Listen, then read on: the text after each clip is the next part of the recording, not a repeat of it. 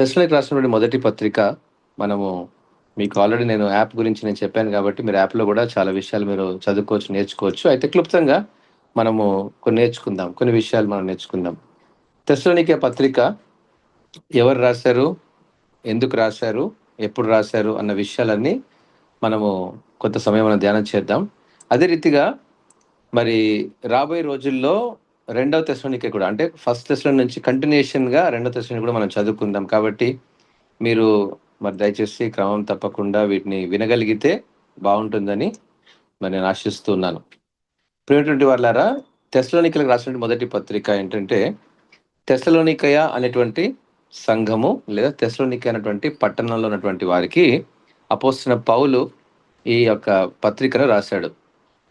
ప్రాముఖ్యంగా 51వ సంవత్సరము క్రీస్తు శకము అంటే యేసుప్రభు తర్వాత 51వ సంవత్సరమున ఈ మొట్టమొదటి పత్రిక తెస్సలోనికయ అనేటువంటి మరి ప్రాంతంలో ఉన్నటువంటి ప్రజలకు, విశ్వాసులకు ఈ పత్రికను రాశాడు. క్రైస్తవ విశ్వాసుల్ని బలపరచడానికి యేసుక్రీస్తు ప్రభువారు మరలా వస్తున్నాడు అనేటువంటి నిశ్చయతను కలిగించడానికే ఈ పత్రిక రాయబడింది. అంతేకాదు అన్య జనాంగంలో నుండి, యూదుల్లో నుండి ఉన్నటువంటి క్రైస్తవులు ఎప్పుడైతే యేసు ప్రభువుని విశ్వసించారో వాళ్ళందరూ సంఘంలో చేర్చబడడం మొదలుపెట్టారు. అంతియొకయలో ఉన్నటువంటి ప్రారంభమైనటువంటి సంఘము క్రైస్తవులు అని అన్యజనులు పిలిచినారని బైబిల్‌లో రాయబడి ఉంది. మరలా చెప్తాను గమనించండి. మొట్టమొదటిగా క్రైస్తవులు అని అంతియొకయలో ఎప్పుడైతే పిలువబడ్డారో ఆ రీతిగా క్రైస్తవులు అనేటువంటి పదజాలము మరి అందరూ ఉపయోగిస్తూ విశ్వాసులు అనేటువంటి అనుభవాన్ని మన సంఘంలో వాడుతూ ఉంటాం కదండీ. క్రైస్తవులు, క్రైస్తవేతరులు 2 గుంపులు ఉంటాయి. క్రీస్తునందు విశ్వసించేవారు వారంతా క్రైస్తవులని ప్రపంచమంతా చెప్తది. విశ్వసించని వారంతా క్రైస్తవేతరులు అనేటువంటి పదజాలం మనం వాడుతూ ఉంటాం. క్రైస్తవుల్లో 2 గుంపులు ఉంటారు. ఎవరండి అంటే విశ్వాసులు ఉంటారు, అవిశ్వాసులు ఉంటారు. ఇంకో గుంపు ఉంటదండి. అది చాలా డేంజరస్ గుంపు. ఆ గుంపు పేరేంటో తెలుసా? నామకార్థ క్రైస్తవులు అని. వాళ్ళ గురించి ఇప్పుడు మనకు ప్రస్తావన అవసరం లేదు కానీ విశ్వాసులు, అవిశ్వాసులు అని ఇద్దరు ఉంటారు. అయితే ప్రాముఖ్యంగా ఈ పత్రిక విశ్వాసులకు మాత్రమే. అవిశ్వాసులకు కాదు, నామకార్థ క్రైస్తవులకు కాదు. విశ్వాసులు తమ విశ్వాసంలో బలపరచబడాలని పౌలు ఆ విశ్వాసులకు ఒక నిశ్చయతనివ్వడానికి తెస్సలోనికే పత్రికను రాశాడు. అయితే తెస్సలోనికేలో ప్రాముఖ్యంగా యూదులు గొప్ప సంఖ్యలో ఉన్నారని, వారందరికీ దేవుని ఆరాధించేటువంటి క్రమాన్ని మరి ఎందుకంటే వారు ఒకప్పుడు సమాజంలో మరి గ్రీకు దేవతలు, ఆ యొక్క విగ్రహారాధన సంబంధమైన వాటిని ఆరాధించే పద్ధతులు వీటన్నిటిని పక్కన పెట్టి సంఘములో వారందరూ కూడుకున్నప్పుడు ఎలా ఒకరినొకరు ప్రోత్సహించుకుంటూ, పురికొల్పుకుంటూ వారి అడుగులు ముందుకు వేయాలన్నటువంటి ఆ పరిపక్వత జ్ఞానాన్ని ఈ పత్రిక ద్వారా రాశాడు. ఆనాటి తెస్సలోనిక సంఘానికి రాస్తూ నేటి మన క్రైస్తవ సంఘాలకు కూడా అది వర్తిస్తుంది అని మనం జ్ఞాపకం చేసుకోవాలి. ప్రాముఖ్యంగా ఇందులో రాయబడినటువంటి పదజాలం ఏంటంటే యేసుక్రీస్తు రాకడలో మనం పొందుకునేటువంటి పరిశుద్ధత. ఏంటండి? యేసుక్రీస్తు ప్రభువారి యొక్క రాకడలో మనం పొందుకునేటువంటి పరిశుద్ధత గురించి ప్రాముఖ్యంగా ఈ యొక్క పత్రికలో ప్రస్తావించబడింది. ఎలా మనము క్రీస్తు యొక్క రాకడలో ఆ ప్రత్యక్షతలో ఈ పరిశుద్ధతను మనం పొందుకోగలుగుతాము. మనము ఆ యొక్క నిత్య మహిమలో మనము రూపాంతర అనుభవంలోనికి మనం వెళ్ళినప్పుడు, అనగా అక్షయతలోనికి మనము దాటుతున్నప్పుడు, మహిమగా మార్చబడుతున్నప్పుడు ఆయన పరిశుద్ధత మన జీవితంలో ఎలా ప్రభావితం చేయబడుతుందన్న విషయాన్ని క్రైస్తవ విశ్వాసులకు బోధించబడింది ఆనాడు తెస్సలోనికే సంఘం. మరో ప్రాముఖ్యమైన విషయం ఏంటంటే ఈ యొక్క మరి తెస్సలోనికే పత్రిక అంతా కూడా వివిధ భాగాలుగా విభజించబడింది. ఇందులో కొందరు ప్రాముఖ్యమైన వ్యక్తులు ఉన్నారు. మనందరికీ తెలుసు ఈ యొక్క పత్రిక గ్రంథకర్త పౌలు అని తెలుసు. పౌలుతో పాటు మరి శీలా కూడా ఉన్నాడు. మరి ఆయన అపోస్తలుడైన పౌలుతో 2వ మిషనరీ పరిచర్య చేస్తూ తన సహచరుడుగా, సహకారిగా ఉంటూ ఈ లేఖలో కూడా ప్రస్తావించబడ్డాడు. 3వ ప్రాముఖ్యమైన వ్యక్తి తిమోతి. పౌలుకు అత్యంత ప్రియమైనటువంటి శిష్యుడిగా తెస్సలోనిక సంఘంలోని విశ్వాసుల యొక్క స్థితిని తెలుసుకోవడానికి వెళ్ళి వారితో పరిచయం చేసుకొని అక్కడ మాట్లాడి అక్కడ సంగతుల్ని మరి చూసి వచ్చి పౌలుకు చెప్పినటువంటి ఒక మెసెంజర్గా కూడా తిమోతి ప్రస్తావించబడ్డాడు. మరి ప్రాముఖ్యంగా గమనించండి, క్రైస్తవ విశ్వాసులు వారందరూ కూడా ప్రోత్సహించబడాలన్నటువంటి ఉద్దేశమే ఈ యొక్క పత్రిక. పవిత్రత, పరిశుద్ధత అనేటువంటి ప్రాముఖ్యమైనటువంటి నియమాలు ఈ యొక్క పత్రికలో ఉన్నాయి. అంతేకాదండి, శ్రమలు వస్తాయి, కానీ శ్రమల్లో ఓర్పు, సహనం ఎలా కలిగి ఉండాలో, వాటిని భరించేటువంటి విషయంలో విశ్వాసులు ఎలాంటి అనుభవాలు నేర్చుకోవాలో ఈ పత్రికలో పౌలు నేర్పిస్తూ వచ్చాడు. మరి ప్రాముఖ్యంగా సంఘములో మనం ఉన్నటువంటి మనం అందరం కూడా మరి ఐక్యత అనేటువంటి బంధంలో ఒక ముద్దగా మనం చేయబడాలనేటువంటి దృష్టికోణమే ఈ యొక్క పత్రిక ప్రాముఖ్యంగా రాయబడింది. అంతేకాదండి, కష్టపడి పని చేయాలి, పరిచర్యలో శ్రమ పడాలి అనేటువంటి ఉద్దేశాలే ఈ పత్రికలో ఉంటాయి. శ్రమ పడకుండా మీకు లాభాలు వస్తాయని చెప్పేటువంటి తప్పుడు బోధల్ని ఆనాడు తెస్సలోనిక సంఘం కొట్టివేసింది. శ్రమపడి పని చేసి మనము సొంతగా కష్టపడుతూ దేవుని కొరకు భారం కలిగి జీవించాలని అనేటువంటి అనుభవాల్ని ఆనాడు తెస్సలోనిక సంఘంలో ఉన్న విశ్వాసులు నేర్చుకున్నారు. అయితే ఈ యొక్క ప్రాముఖ్యమైనటువంటి సంగతి ఏంటంటే, అపోస్తుల కార్యములు 17వ అధ్యాయము మొదటి 9 వచనాల్లో, అపోస్తుల కార్యములు 17th అధ్యాయంలో మొదటి 9 వచనాల్లో తెస్సలోనికయ అనేటువంటి పట్టణానికి అపోస్తలుడైన పౌలు, శీల, మరి తిమోతి వీరు కలిసి ఆ ప్రాంతానికి వెళ్ళారు, సువార్తను ప్రకటించారన్న విషయాన్ని అక్కడ రాయబడ్డాయి. ప్రాముఖ్యంగా తెస్సలోనిక సంఘంలో యూదులతో పాటు కొందరు గనులు కూడా ఉన్నారు. గ్రీసు దేశస్థులు, కొందరు సెలబ్రిటీ ఉమెన్ అంటే ప్రముఖమైనటువంటి స్త్రీలు కూడా యేసు ప్రభువుని విశ్వసించారు అని ప్రత్యేకంగా రాయబడింది. అంటే గనులైనటువంటి వారు దేవుని విశ్వసించడంలో అంతటి మరి వారు ఒక అడుగు ముందుకు వేశారు అంటే దేవుడు వారిని కూడా ఎన్నుకున్నాడు. ఇప్పుడు గ్రీసు దేశస్థుడని, యూదుడని, అన్యుడని తారతమ్యం లేదు అన్న విషయాన్ని ఈ పత్రిక ద్వారా మనం అర్థం చేసుకోగలం. ఒక సంఘంలో మనమంతా కూడుకున్నప్పుడు మనకు భేదాలు ఉండకూడదు, మనకు తారతమ్యాలు ఉండకూడదు. కులము విభజన ఉండొచ్చేమో, కానీ వివక్షత ఉండకూడదు. ధనవంతుడు పేదవాడైనటువంటి తేడాలు ఉండొచ్చు, పర్వాలేదు, వస్త్రధారణలో తేడాలు ఉండొచ్చు, కానీ వివక్షత ఉండకూడదు మన జీవితాల్లో. ఎందుకంటే దేవుడు ఎవరెవరి సామర్థ్యం చొప్పున, ఎవరెవరి ఆశీర్వాదం చొప్పున, ఎవరెవరి ప్రణాళిక చొప్పున దేవుడు వారిని సృష్టించుకుంటున్నాడు. వారి అందాన్ని బట్టి కాదు, వారి యొక్క ఆర్థిక స్థితిని బట్టి కాదు, వారికి ఉన్న పరపతిని బట్టి కాదు. విశ్వాస గృహంలో మనం అందరము ఒక్కటే అనేటువంటి భావన సంఘంలో ఉండాలి. అందుకే అపోస్తలుడైన పౌలు తెస్సలోనిక సంఘంలో ఇలాంటి అనుభవాలు నేర్పిస్తూ వచ్చాడు. ప్రాముఖ్యంగా మనము గమనించాలంటే ఈరోజు మనము మొట్టమొదటి అధ్యాయంలో అడుగు పెడదాం. మొట్టమొదటి అధ్యాయంలో మనం చదువుదామండి. ఏమని రాయబడిందంటే, మొదటి వచనంలో, తండ్రి అయిన దేవుని యందును ప్రభు అయిన యేసుక్రీస్తు నందును ఉన్నటువంటి తెస్సలోనికేల సంఘమునకు పౌలును, సిల్వానును, తిమోతియును శుభమని చెప్పి వ్రాయునది. కృపయు సమాధానమును మీకు కలుగునుగాక.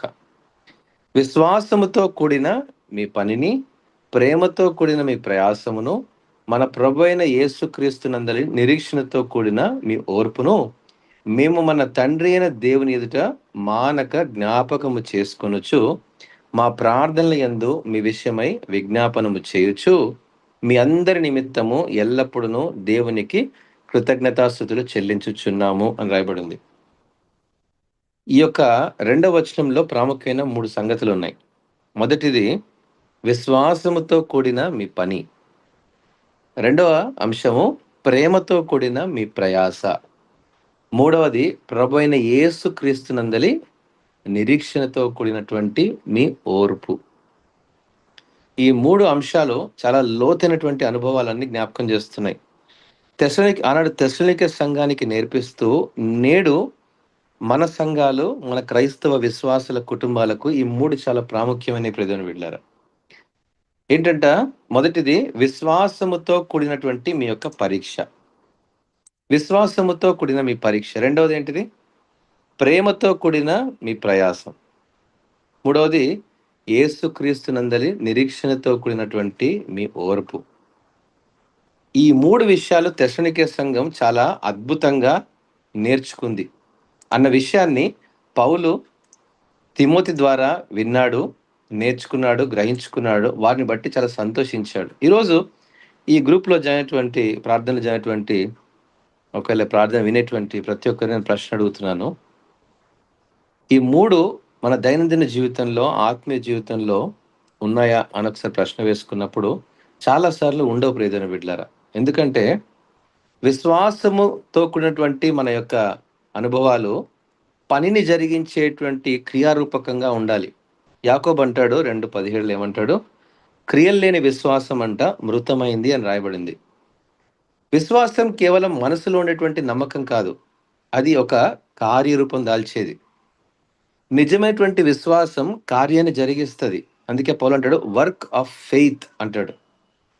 విశ్వాసం ద్వారా ఉద్భవించేటువంటి విధేయత, సేవ లేదా మనము పొందుకునేటువంటి ధైర్యం ఇవన్నీ కూడా దేవుని వాక్యం మీదనే ఆధారపడేటువంటి స్థితి అండి. ప్రతి దినం వాక్యం మీదనే ఆధారపడతదనమాట. సొంత నిర్ణయాల మీద కాదు, ఆలోచనల మీద కాదు. ఈరోజు దేవుడు వాక్యంతో నాతో ఏం మాట్లాడుతున్నాడు? ప్రార్థన ద్వారా నేను దేవునితో మాట్లాడుతూ ఉంటే, వాక్యం ద్వారా దేవుడు మనతో మాట్లాడతాడు అన్నటువంటి అనుభవం అది. అబ్రహాం తన కుమారుణ్ణి అర్పించడానికి సిద్ధమైనప్పుడు అది మాటలతో కాదు విశ్వాసం, క్రియారూపకంగా చూపించాడు. విశ్వాసం దేవుని వాగ్దానాన్ని పట్టుకొని అడుగు వేయిస్తుందండి. మనము చూడకముందే ఆ యొక్క గమ్యం వైపు నడిపించేటువంటి అనుభవాల్ని చూపిస్తుంది. అది నిరీక్షణ. అలా విశ్వాసం పనిచేస్తుంది. ఇంకా ప్రాముఖ్యంగా చెప్పాలంటే ప్రేమలో ఏమన్నాడు అక్కడ చూడండి, రెండవ అనుభవంలో ప్రేమతో కూడినటువంటి మీ యొక్క ప్రయాస. ఈ యొక్క ప్రయాస అనేటువంటి పదము హెబ్రీలో మరి ప్రాపర్ ట్రాన్స్లేషన్లో ఏం రాయబడిందంటే కోపోస్ అని రాయబడింది.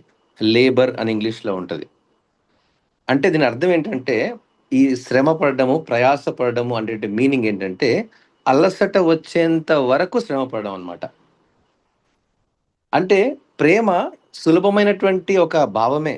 ఇతరులను ప్రేమిస్తున్నాను అని చెప్పడం చాలా ఈజీగానే ఉంటుంది.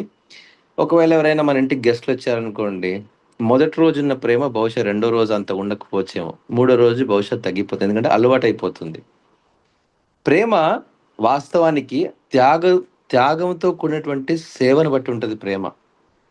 ప్రేమ నిస్వార్థతను చూపించేదిగా ఉంటుంది. ప్రేమ కొన్నిసార్లు బాధను భరించేదిగా ఉంటుంది. అలసిపోతుంది అయినా ఆగిపోకూడదు అని పౌలు ప్రస్తావిస్తున్నాడు ఇక్కడ. ప్రేమతో కూడిన మీ ప్రయాస అంటే ప్రేమలో అలసటలు వస్తాయి, నిరాశ వస్తుంది, ఇబ్బందులు వస్తాయి, అయినా అలసిపోకూడనటువంటి ప్రేమ మీరు పొందుకోవాలని నేర్పిస్తున్నాడు. యేసుక్రీస్తు ప్రభువారి యొక్క శిలువ మీద ఉన్నటువంటి ఆ యొక్క ప్రేమ ప్రతి శ్రమకు గుర్తండి. ప్రేమ ఎల్లప్పుడూ అది వెళ్ళలేదు దానికి. నిజమైనటువంటి సేవ ఇతరుల యొక్క భారాల్ని మోస్తున్నప్పుడు, మనం ప్రార్థనలో ఇతరుల కొరకు ప్రార్థిస్తున్నప్పుడు, సువార్త కోసం మనము ఒక అడుగు ముందుకు వేసి ఇతరులకు సువార్తను ప్రకటిస్తున్నప్పుడు ఇదే ప్రేమతో కూడినటువంటి ప్రయాస. ఇతరులు రక్షించబడాలని ప్రయాసపడతాం. ఒక వ్యక్తి రక్షించబడలేదు అనుకోండి, వాడి కోసం మనం పొద్దున్న లేచిన దగ్గర నుంచి ఏదో ఒకసారి వాడికి ఒక అవకాశం తీసుకొని సువార్త చెప్పాలి. ఏదో రీతిగా వాడి కోసం నేను ప్రార్థన చేయాలి. ఏదో రీతిగా వాళ్ళని కూడా సంఘంలో నేను నడిపించుకోవాలి. అయ్యో కొందరు మరి అవిశ్వాసులుగా ఉన్నారే, వారిని విశ్వాసం నడిపించుకోవాలి అనేటువంటి దృష్టికోణంలో కలిగి ఉంటాడు, దృక్పథంలో కలిగి ఉంటాడు. ప్రేమతో కూడిన ప్రయాస అనేటువంటి అనుభవాలు. మరి ముఖ్యంగా చివరిగా మనం మూడో విషయం రాయబడిందండి, యేసుక్రీస్తునందలి నిరీక్షణతో కూడినటువంటి ఓర్పు.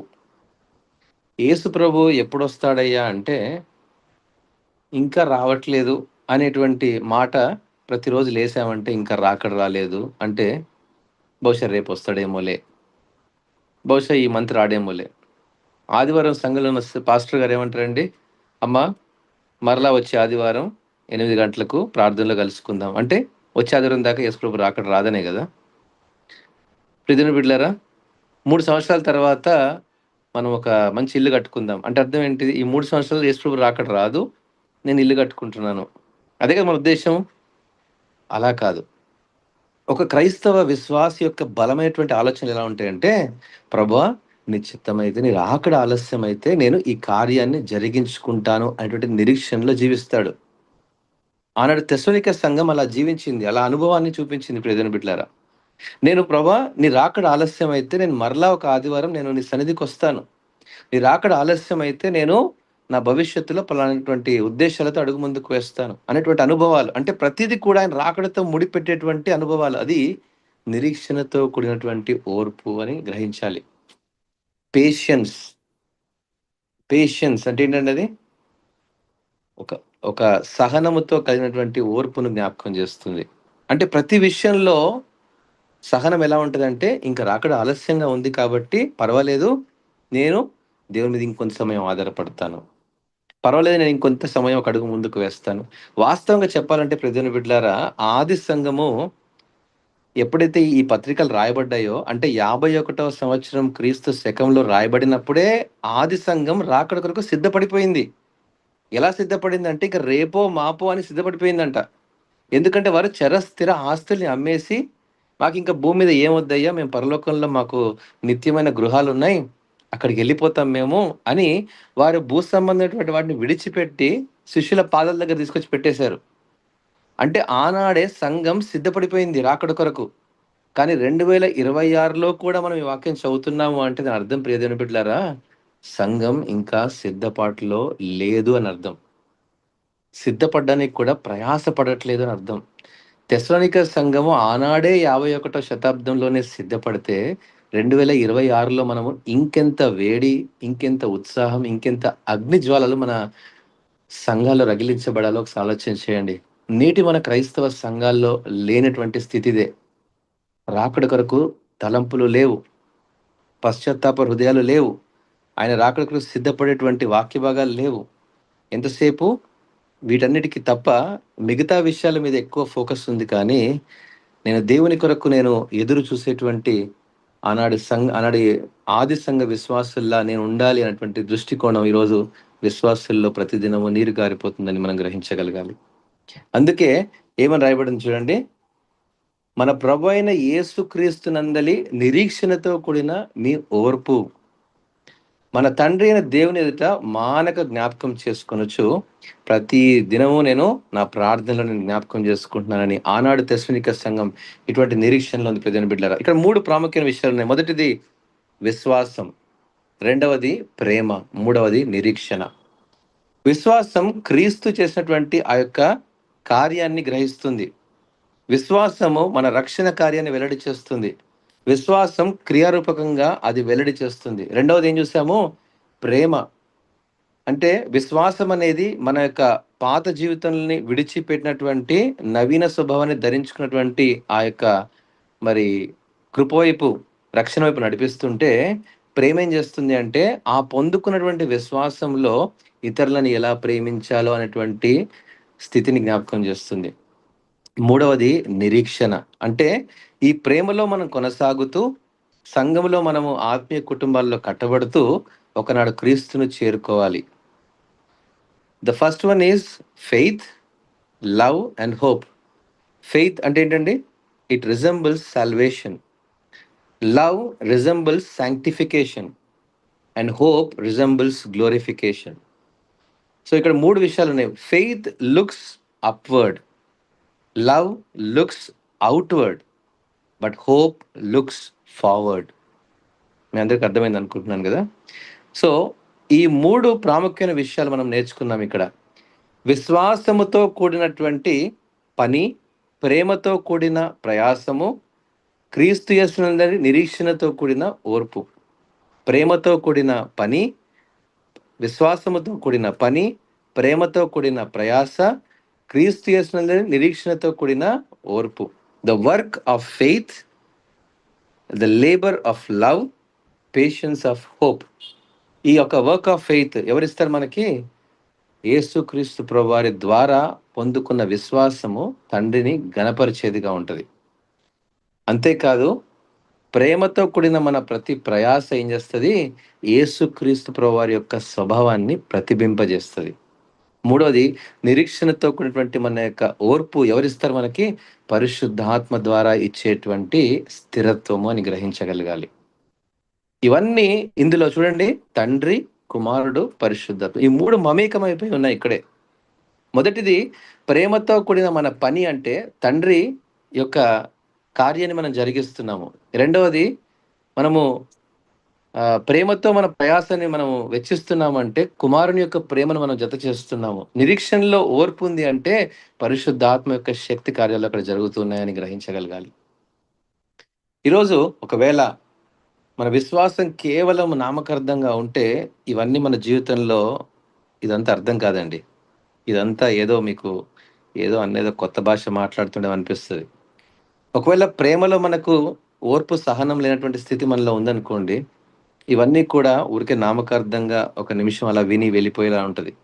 కానీ ప్రతిదినం అనుభవించి, అన్వయించుకొని చూడండి, అందులో గొప్ప దృష్టికోణం మీరు చూడగలుగుతారు. నిరీక్షణలో పరీక్షలొచ్చినా కూడా నిలబడే విశ్వాసం కావాలి. అందుకే విశ్వాసం పని చేయాలి, ప్రేమ శ్రమించాలి, నిరీక్షణ సహించాలి అని మనము ఈ 3 ప్రాముఖ్యంగా నేర్చుకున్నాం. ఇంకొంచెం లోతుగా వీన్ని మనం అన్వయించగలిగితే ప్రియమైన బిడ్డలారా, విశ్వాసపు క్రియలు మన జీవితంలో ఒక నమ్మకాన్ని తీసుకొనొస్తాయి. విధేయతను తీసుకొనొస్తాయి. ప్రార్థనలో పని చేసేటువంటి, సేవ చేసేటువంటి అనుభవాలు నేర్పిస్తూ ఉంటాయి. విశ్వాసముతో కూడినటువంటి మన పని కావాలి. విశ్వాసం దేవుడు మార్గం చూపించిన తర్వాత నడవదండి. అది నడుస్తున్నప్పుడు కొత్త మార్గాల్ని తెరుస్తుంది. అది విశ్వాసం అంటే. నాకు పలాంది కనబడితేనే నేను చేస్తాను. నాకు పలాంది చూపిస్తేనే నేను చేస్తాను. పలాంది జరిగితేనే నేను నమ్ముతాను కాదు. ఒక అడుగు ముందుకేసి చూడు. కొత్త కొత్త ద్వారాలు దేవుడు తెరుస్తూ ఉంటాడు నీకోసం. అది విశ్వాసపు అడుగులు. అదే అబ్రాహాం విశ్వసించాడు.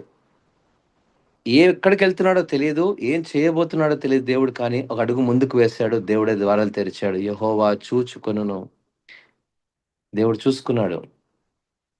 ప్రియమైన బిడ్డలారా, ఇవన్నీ కూడా అత్యంత అనుభవంలో మనం నేర్చుకోగలిగాం. ఆనాడు తెస్సలోనిక సంఘం ఇలాంటి అనుభవాలు నేర్చుకుంది. అంతే కాదండి, చాలా సార్లు మన అనుదిన జీవితంలో ప్రతి సవాలు మన జీవితంలో వచ్చినప్పుడు మనం ఎలాంటి ప్రశ్న వేసుకుంటామంటే, భయంతో మనం ప్రతిస్పందిస్తున్నామా దేవుని దగ్గర? లేదా విశ్వాసంతో అడుగు ముందుకు వేస్తున్నామా అని ఒకసారి ప్రశ్న వేసుకుందాం. దేవుడు పిలిచిన చోట విశ్వాసం కేవలం అది ఆలోచించేటువంటి దృష్టికోణం కాదు. అది కార్యాన్ని జరిగించే స్థితి వైపు నడిపిస్తుందని గ్రహించగలగాలి. మనము ప్రేమలో ప్రయాసపడుతున్నప్పుడు, ప్రేమతో కూడిన మన ప్రయాస అంటే నిజమైన ప్రేమ త్యాగం లేకుండా ఉండదండి. ప్రేమ అనేది కేవలం ఒక మాట కాదు. మీరంటే నాకిష్టము. నేను మిమ్మల్ని ఇష్టపడుతున్నాను. లేదా మీరంటే చాలా మంచివారండి. మరి మీ యొక్క ప్రెజెన్స్ అంటే మాకు చాలా ఇష్టమండి. మీరు మాతో మాట్లాడితేనే చాలా అలా ప్రేమగా మనం చెప్పడానికి బానే ఉంటుంది. కానీ నిజమైనటువంటి ప్రేమ దేనితో ముడిపెడుతుంది అంటే, అది దేవుని సేవించడము, ఇతరులను క్షమించడము, వారి యొక్క సమస్యల్లో కూడా ఎళ్లి వారి ఇబ్బందుల్లో పరామర్శించేటువంటి అనుభవాలు, అది నిజమైనటువంటి భక్తితో ఉన్నటువంటి ప్రేమ అని నేర్చుకోగలం. ఒకవేళ మనసు విరిగిపోయినప్పటికీ కూడా, మరలా తిరిగి మనము క్షమించుకొని ఒక అడుగు ముందుకు వేయడమే నిజమైనటువంటి నిస్వార్థ ప్రేమ. అది కుటుంబంలో, సంఘములో, సేవలో కొన్నిసార్లు ప్రేమ, నిజమైన ప్రేమ అది కష్టాలు పెడుతుంది కొన్నిసార్లు. శ్రమ పెడుతుంది. అయినా కూడా వాటిని సహించేటువంటి తత్వం నేర్చుకోవాలి. కానీ ఆ శ్రమ వృధా కాదండి. ఆ శ్రమ వృధా కాదు. అది దేవుని స్వభావాన్ని ప్రతిబింబజేసేదిగా ఉందని గ్రహించగలగాలి. హృదయన బిడ్డలారా, తండ్రి వీరేమి చేయుచున్నారో వీరెరుగరు గనుక వీరు క్షమించుమన్న ప్రేమది. అంతటి ప్రేమది. మనం ఒకరిని కనీసం వాడు ఒక్క మాట అంటే వాడిని మనం వదిలిపెట్టం గదండీ! వాడిని 20 సార్లైనా సరే వాడిని పశ్చాత్తాపడేలా చేసి, అవమానించైనా సరే క్షమాపణ తీసుకునేటువంటి ప్రయత్నాలు చేస్తూ ఉంటాం. కానీ ప్రేమ అలా ఉండదు. నిస్వార్థం. నిస్వార్థతలో ఉన్నటువంటి అనుభవాలు. ప్రేమ సౌకర్యాన్ని కాదు, త్యాగాన్నే ఎంచుకుంటుందని గ్రహించాలి. ఇతరులను ప్రేమించడం కొన్నిసార్లు మనం అలసిపోవచ్చేమో, కానీ క్రీస్తు ప్రేమ మనలో పనిచేసేటువంటి తీరు ఎలా ఉంటదంటే, నిజమైనటువంటి సేవ చప్పట్లు కొట్టేది కాదండి. నిజమైన ప్రేమ ఇతరులను ఆకర్షించేది కాదు. అది త్యాగపూరితంగా ఒకరినొకరు విధేయతలో మనము సమర్పణ కలిగేటువంటి స్థితిని జ్ఞాపకం చేస్తుంది. ఈరోజు నిరీక్షణ విషయంలో కూడా మనము ప్రతిదినము సహనం కలిగి జీవించాలి. కొన్నిసార్లు మన జీవితంలో మన ప్రార్థనలకు, మన వాగ్దానాలకు ఆలస్యం అవ్వచ్చేమో, కానీ వెంటనే నెరవేరకపోయినప్పటికీ కూడా నిరీక్షణలో ఉన్నవాడు ఎప్పటికి కూడా కృంగిపోడు, బలహీనపడడు. నిరీక్షణ కలిగినటువంటి వాడు ఇంతకంటే మేలైనటువంటిది దేవుడు నాకు చేయబోతున్నటువంటి ఆలోచనలు కలిగి ఉంటాడు. నిరీక్షణ అంటే దేవుడు ఆలస్యం చేస్తున్నాడని కాదు. ఆయన మన కొరకు సమస్తమన్ని సిద్ధం చేస్తున్నాడు అని నమ్మడమే. So your faith should endure. లోతైనటువంటి అనుభవం కలిగినటువంటి వాడు ఏంటంటే ప్రతిరోజు ఆ నిరీక్షణలో బలపరచబడుతూ ఉంటాడు. అదే ఓర్పు, అదే సహనం. మన నిరీక్షణ కొన్నిసార్లు మరి ఒక మానవ రీతిగా ఏదన్నా నిరాశ పడిపోయినప్పుడు అలసిపోతాం. కానీ నిరీక్షణలో నిలబడినటువంటి వాడు ప్రతిరోజు కొత్త కోణాన్ని ఆస్వాదిస్తాడు. అది దేవుని యొక్క సన్నిధిని ఆస్వాదిస్తాడు. అలాంటి అనుభవాలే ఒకనాడు మహిమగా ఎత్తబడినప్పుడు మన జీవితంలో ఇటువంటి గొప్ప కార్యాలు మనం చూడగలం. ఈ యొక్క 3 ప్రాముఖ్యమైన విషయాలు మనం లోతుగా అధ్యయనం చేశాం. 4వ వచనం మనం చూసినట్లయితే, "ఏలైనగా దేవుని వలన ప్రేమింపబడిన సహోదరులారా, మీరు ఏర్పరచబడిన సంగతనగా మా సువార్త మాటలతో మాత్రమే గాక శక్తితోనూ, పరిశుద్ధాత్మతోనూ, సంపూర్ణ నిశ్చయతతోనూ మీ వద్దకు వచ్చి ఉన్న సంగతి మాకు తెలుసు." ఇక్కడ చూడండి, ఏ రీతిగా వచ్చిందంట సువార్త? మాటలతో మాత్రమే కాదు. నామకార్థంగా ఏదో సువార్త చెప్పేసామండి, ఒక కరపత్రం ఇచ్చేసాం, అక్కడ ఏదో చెప్పేసాం కాదు. అక్కడ దేవుని యొక్క కార్యం పరిశుద్ధాత్మ ద్వారా శక్తిని పొందుకుంది. అందుకే తెస్సలోనిక సంఘం అంత బలంగా నిలబడింది. తెస్సలోనిక సంఘం అంత బలంగా ఉండడానికి కారణం అదే. తెస్సలోనిక సంఘంలో ఉన్నటువంటి అనుభవాలు నేటి మన సంఘాల్లో ఉన్నట్లయితే ప్రియ దేవుని బిడ్డలారా, చాలా అద్భుతమైనటువంటి సంఘాలు మనం చూడగలం. One of the best book అండి తెస్సలోనిక పత్రిక. మీరు మరలా ఒకవేళ వచనం మరలా చదవండి. దేవుడు మీకు అద్భుతమైన విషయాలు మీకు నేర్పిస్తాడు. ఇంకా మనం చూసినట్లయితే పరిశుద్ధాత్మ వలన కలుగు ఆనందముతో 6వ వచనము, గొప్ప ఉపద్రవమందు మీరు వాక్యము అంగీకరించి మమ్మును ప్రభువును పోలి నడుచుకున్న వారైతిరి. వాళ్ళు సంతోషంలో దేవుని వాక్యం వినలే, ఆనందంలో దేవుని వాక్యం వినలే. మా కష్టాలు తీరిపోతే మేము యేసు ప్రభువుని నమ్ముకుంటాం అది కాదు. మా పిల్లోడు జ్వరం తగ్గితే మేము యేసు ప్రభువుని నమ్ముకుంటాం కాదు. మాకు పిల్లలు పుడితే మేము యేసు ప్రభువుని నమ్ముకుంటాం కాదండి. అది కాదు అనుభవం, తెస్సలోనిక సంఘ అనుభవం. గొప్ప ఉపద్రవమందు వారు ఏం చేశారంట? వాక్యమును అంగీకరించారు. అందుకే వాళ్ళల్లో బలంగా నాటుకుందది. నాకు కష్టం వచ్చినా నేను యేసుని వదిలిపెట్టను అన్న విశ్వాసంలోకి వెళ్ళిపోయారు. నాకు శ్రమల్లో నా క్రీస్తు నా తోడుగా ఉంటున్నటువంటి అనుభవంలోనికి వెళ్ళిపోయారు. నాకు ఒకవేళ నా కష్టము అది శ్రమైనా, కష్టమైన, ఖడ్గమైన, వస్త్రహీనతైనా, చివరికి నా జీవితం నా ప్రాణం పోయినా పర్వాలేదు, నేను క్రీస్తుని విడిచిపెట్టినటువంటి దృక్పథంలోనికి తెస్సలోనిక సంఘం అడుగులు ముందుకు వేసింది. ఈరోజు సుఖాల్లో కాదు దేవుడు, కష్టంలో కూడా దేవుని వెతికేటువంటి అనుభవాలు కావాలి. కేవలం కష్టంలోనే కాదు, ఆనందంలో కూడా దేవుని వెతికేటువంటి అనుభవాలు కావాలి. అంటే ఏ స్థితిలో మనం ఉన్నా, స్థితి, మన పరిస్థితి ఇవన్నీ కూడా దేవుని స్తుతించగలిగేటువంటి అనుభవాలు కావాలి. ఏ స్థితిలో మనం ఉన్నా. మరో ప్రాముఖ్యమైన విషయం చూడండి 7వ వచనంలో ఏం రాయబడిందంటే, మాసిదోనియలోను అకయలోను విశ్వాసులందరికీ మాదిరి అయితిరి. ఏంటండి అంటే, ఈ తెస్సలోనిక సంఘం అంటే ఎంత చిన్న ఊరు తెలుసా అండి? చాలా చిన్న పట్టణం అది. మాసిదోనియా, అకయ అంటే పెద్ద సిటీస్ ఇవన్నీ. అంటే మాసిదోనియా, అకయ అంటే ఆల్మోస్ట్ హైదరాబాద్, విజయవాడ లాంటి పెద్ద పెద్ద నగరాలు ఇవి. ఈ యొక్క తెస్సలోనిక చాలా చిన్న ఊరు. బహుశా కాకినాడ లాంటి ఒక చిన్న ఊరనమాట అక్కడ. అంటే అక్కడెక్కడో చిన్న సంఘము. వారి విశ్వాసం అంట మాసిదోనియా, అకయలో ఉన్నటువంటి విశ్వాసులందరికీ మాదిరిగా నిలబడిందంట. చూడండి, చిన్న సంఘం, పెద్ద సంఘం అంటూ ఏమీ లేదండి. నిరుపేద సంఘము, ధనవంతుల సంఘం అంటూ ఏమీ లేదు. ఇద్దరు ముగ్గురు ఎక్కడ ఉంటారో ఆ దేవుని సంఘంలో దేవుని యొక్క సన్నిధి ఉంటది అంతే. నిరుపేద సంఘం అంటే ఏంటో తెలుసా మీకు? నిరుపేద సంఘం అంటే ఏంటో తెలుసా? చిన్న సంఘం, నిరుపేద సంఘం అంటే ఏంటంటే 1,00,000 మంది సంఘానికెళ్ళి కనీసం అందులో 50% కూడా రక్షించబడిన విశ్వాసులు లేరనుకోండి, అది నిరుపేద సంఘం. ధనవంతులైన సంఘం ఏంటో తెలుసా? 10 మంది ఉండి 10 మంది రక్షించబడి దేవుని సన్నిధిలో ప్రతి ఆదివారం కూడుకుంటున్నారంటే అది ధనవంతుల సంఘం. అది ఎత్తబడే సంఘం. రాకడ కొరకు ఎదురు చూసే సంఘం. అలాంటి సంఘమే క్రీస్తుకు కావాలి. జనాల్ని పోగేసుకునేది కాదు. రక్షించబడి మారుమనస్సు పొంది పశ్చాత్తాపడి సంఘంలో కట్టబడిన కుటుంబాలే దేవుని సంఘము. ఆ తెస్సలోనిక సంఘం అలా ఉంది కాబట్టే వాళ్ళు పట్టణాల్లో ఉన్న సంఘాలకు మాదిరిగా నిలబడ్డారు. ఈరోజు పట్టణాల్లో ఉన్న సంఘాలు చూసి విలేజ్‌లో ఉన్న సంఘాలు నేర్చుకొని, అరే మనం కూడా ఇది పెడితే బాగుంటదేమో, మనం కూడా 2 టీవీలు పెడితే బాగుంటదేమో, 4 సౌండ్ స్పీకర్లు పెడితే బాగుంటదేమో అలా మనం అనుకుంటున్నాం. కానీ విశ్వాసంలో ఉన్నటువంటి వారు ఎలా అంటే అక్కడ ప్రార్థన జరుగుతుందంటే అక్కడున్న వాళ్ళ సంగతి అమ్మో! ఆ చిన్న పట్టణంలోనే అంత విశ్వాసులు ఉన్నారే అన్న విషయం మాసిదోనియ, అకయలో ఉన్నటువంటి వాళ్ళు కూడా గ్రహించగలిగారు అని మనము లేఖన భాగాల్లో నేర్చుకోగలం. మాదిరి మాదిరిగా ఉన్నారు తెస్సలోనిక సంఘం. ఆనాడు తెస్సలోనిక సంఘం నేటి మన జీవితాలకు మాదిరిగా ఉన్నారా? నేటి మన జీవితంలో మన విశ్వాస గుంపు ఆనాడు తెస్సలోనిక సంఘానికి మాదిరిగా ఉన్నామా? ఒకసారి ప్రశ్న వేసుకుందాం. ఎందుకనగా మీ యొద్ద నుండి ప్రభువు వాక్యము మాసిదోనియలోను, అకయలోను మ్రోగెను. తెస్సలోనిక సంఘంలో చెప్పబడినటువంటి లేఖన భాగాలు ఎళ్ళి పట్టణాల్లో పెద్ద పెద్ద పట్టణాల్లో ఉన్నటువంటి సంఘాల్లో వివరించబడిందంట. అంతటి బలమైనటువంటి సంఘం తెస్సలోనిక సంఘం. అంతేకాదు అక్కడ మాత్రమే కాక ప్రతి స్థలమందును దేవుని ఎడల ఉన్నటువంటి మీ విశ్వాసము వెల్లడి ఆయను గనుక మేమేమీ చెప్పవలసినటువంటి అవశ్యము లేదు. మారు మ్రోగిపోయిందంట వాళ్ళ యొక్క విశ్వాసం. విశ్వాసము, నిరీక్షణ ప్రేమ, విశ్వాసము, నిరీక్షణ ఈ 3 ఈ ప్రాంతాలన్నిటికి మోగిపోయిందంట. అంటే ఆ చిన్న సంఘము ఒక బలమైనటువంటి దేవుని పునాదుల మీద కట్టబడింది అని గ్రహించగలగాలి. ఈరోజు ప్రియమైన బిడ్డలారా, మనము ఆ సంఘాన్ని చూసినప్పుడు నిజంగా నేటి మన సంఘంలో మనం ఎలా ఉన్నామో ఒకసారి గ్రహించగలం.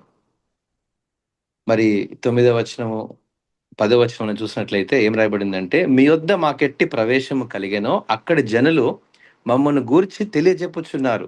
మరియు మీరు విగ్రహములను విడిచిపెట్టి జీవము గలవాడును సత్యవంతుడగు దేవునికి దాసులగుటకును దేవుడు మృతులలో నుండి లేపిన యేసు అనగా రాబో ఉగ్రత నుండి మనల్ని తప్పించుచున్న ఆయన కుమారుడైన యేసు పరలోకం నుండి వచ్చునని ఎదురు చూచుటకు మీరెలాగూ దేవుని వైపు తిరిగితిరో ఆ సంగతి వారే తెలియజేయుచున్నారు.